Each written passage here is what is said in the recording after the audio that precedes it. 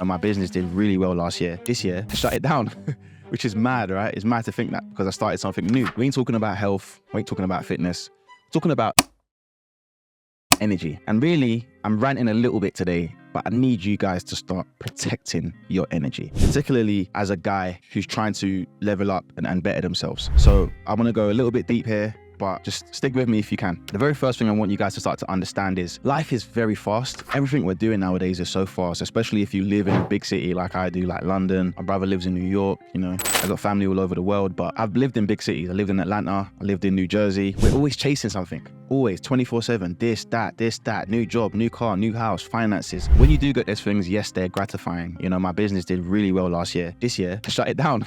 Which is mad, right? It's mad to think that because I started something new. A lot of people wouldn't do that. They'd be scared to do that. But I realized the more that I travel and the more that I see parts of the world and how other people live, especially people that are not as fortunate as I am, I start to realize that all the stuff that we're chasing really doesn't mean much. More money, yes, it does help. It does feel nice to be able to get a nice car and get things from my mom and my sisters and my brother. But like every time I do something, I just think, does it fulfill me? Every action I take, does it fulfill me? Even the work that I do, does it fulfill me? A big part of why I stopped fitness coaching online was because it wasn't fulfilling me as much, and I was actually surrounding myself with people with like soft energy. And when I say soft energy, I mean like coaching is really good because you want to help people get out of where they are, but sometimes it can be a little bit deflating when you're always dealing with people that are like, oh, I can't do this, I can't do that, this is hard, this is difficult. I don't like that energy because I understand that yes, things are difficult. Trust me, life is difficult, but we're here to get better. In anything we do, we're here to get better. Therefore, no matter how difficult it is, I'm gonna push through.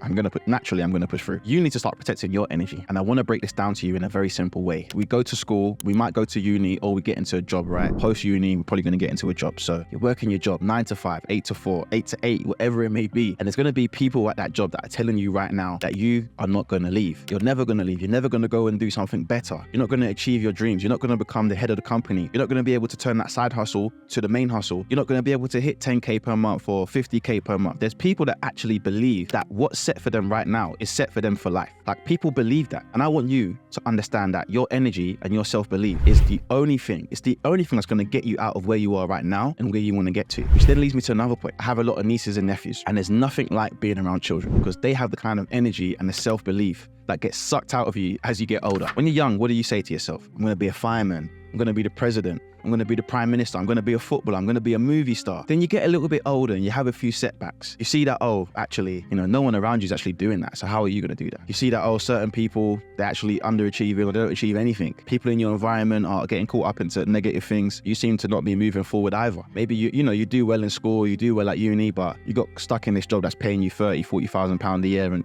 that's okay. When you was young, you had that drive. Maybe you did want to do something spectacular. Maybe you wanted to direct movies. Where's that fire? Where's that inner child gone? And there's a book, and I'm ranting today. I haven't even written a script for this. There's a book that actually talks about finding your inner child. I find this very difficult, but as I get older, I've got to keep finding my inner child to give me that energy to say to myself, hey, I want my business to hit 100K months. It might sound crazy, it might sound mad, but let's break it down. What does it take for me to hit 100K months? Does it take me doing YouTube videos? Not really. This is a side hustle for me. But you know, like, what does it take? And you got to have that inner child to find something you enjoy and do it. It's not about money, but the main point here is fostering that childlike energy to be able to go and do it. Because 9 times out of 10, the way that life and society is set up, that childlike energy disappears. And there's a big thing about finding opportunities to play. And when I say play, I mean free play. That might be doing art, it might just be poetry, it could be anything. But that opportunity to play is actually going to help you get to where you want to get to and find that free spirit that you currently have. It's in there somewhere. The very last part, and a little bit deep here, but your relationships. I don't just mean romantic, I also mean your friends, people that are around you. Your relationships are really important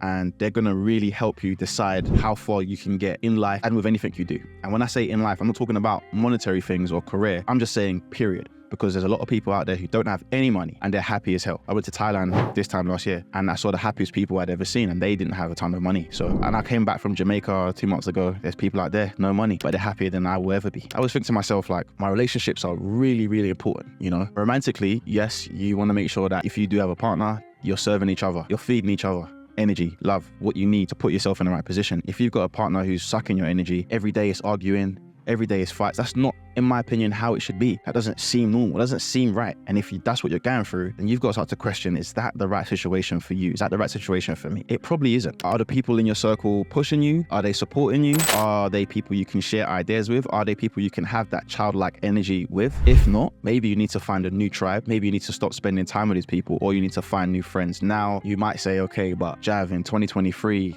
the way life is, finding new friends is difficult. And I actually agree with you. Finding new friends is difficult. My friends that I know now are people that I've known since I was like 8, 9, 10 years old. But just because it's difficult doesn't mean it can't be done. And that's really where you need to have your mind, is like, it can be done and you have to be willing to do it. You have to be willing to do it. This is about protecting your energy, man. Protect your energy. I want to give you some practical tips on this, because I think that this will help rather than this just being one long rant. The easiest way, in my opinion, to protect your energy is have some solitude, have some downtime. And I don't just mean downtime like, oh, weekend on your own with some tea watching Netflix. I mean like actually structure your downtime. In your diary, the way you should plan it is, got your work hours, all right, you can't really do anything about that, especially if you work at a company. Monday to Sunday, you should have time that you have allotted to be alone, self-development, and social time. I actually plan my social times, Friday evenings, Saturday evenings, and then Sunday during the day. Those are the times where I'm gonna be social. I'm gonna do obviously my training and my self-care. I plan downtime for myself every single week. And the reason for that is because if I have time alone, I'm able to come up with better ideas. I feel better. I'm always re-energized. I don't feel like I need to be around people to get energy. I just feel like a better human being. For you to get to where you wanna get to